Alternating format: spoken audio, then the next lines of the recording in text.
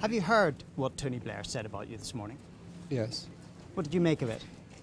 Well, he's entitled to his opinions. Thanks very much. Well, let's just listen to Mr. Corbyn. It's perfectly okay. He's entitled to his opinions, but let's have a debate about policies. Mr. Corbyn, you're live on the BBC. He says that you are unlikely to get elected, and even if you did, than anyone else, even if you did get elected, as a Labour leader, you would take the country backwards. Well, I think it's very unfortunate that people use these kind of remarks. Why can't we instead focus on the policy issues that are facing the Labour Party and facing this country, the levels of inequality, the levels of poverty, the levels of underinvestment, and the need to go forward, rather than dealing with these personal issues? It's not a good idea, not a good way to do things. He says anyone who votes for you doesn't have a heart. If you are leader, will Labour become more electable if you are leader? How parties are elected is a matter for the public in the end. But you know what happened at the last general election? You know what happened at the last general election?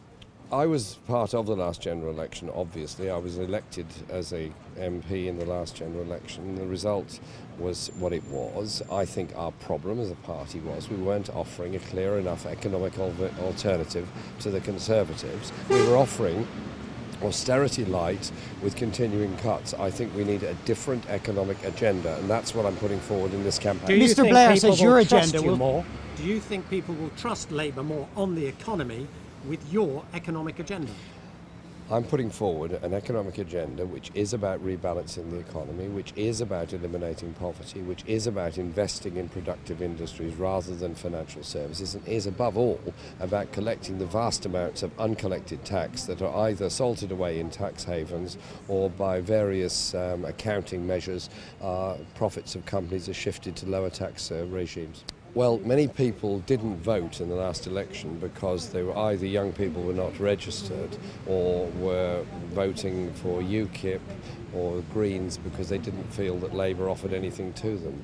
I think we can win an awful lot of people back to Labour. We can win an awful lot of people into the political spectrum by offering something that is clear, that is radical, that does offer better hope, particularly for young people in our society. The Conservatives have shown where they are.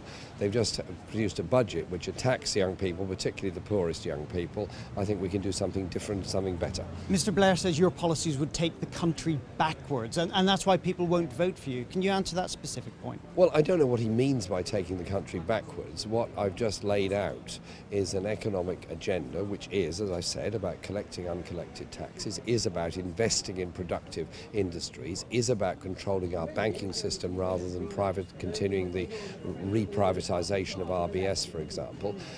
I'm sure Tony would be interested in those views. Do you think you're appealing to Labour's head or to Labour's heart? Sorry? Are you appealing to Labour's head or to Labour's heart? Heads and hearts are connected, and I think we have to have a strategy that deals with the grotesque levels of poverty and inequality in our society. If that's supposed to be heart, then what's wrong with that? Head is how you make sure you deliver to achieve those things, and that is what we're trying to set out today.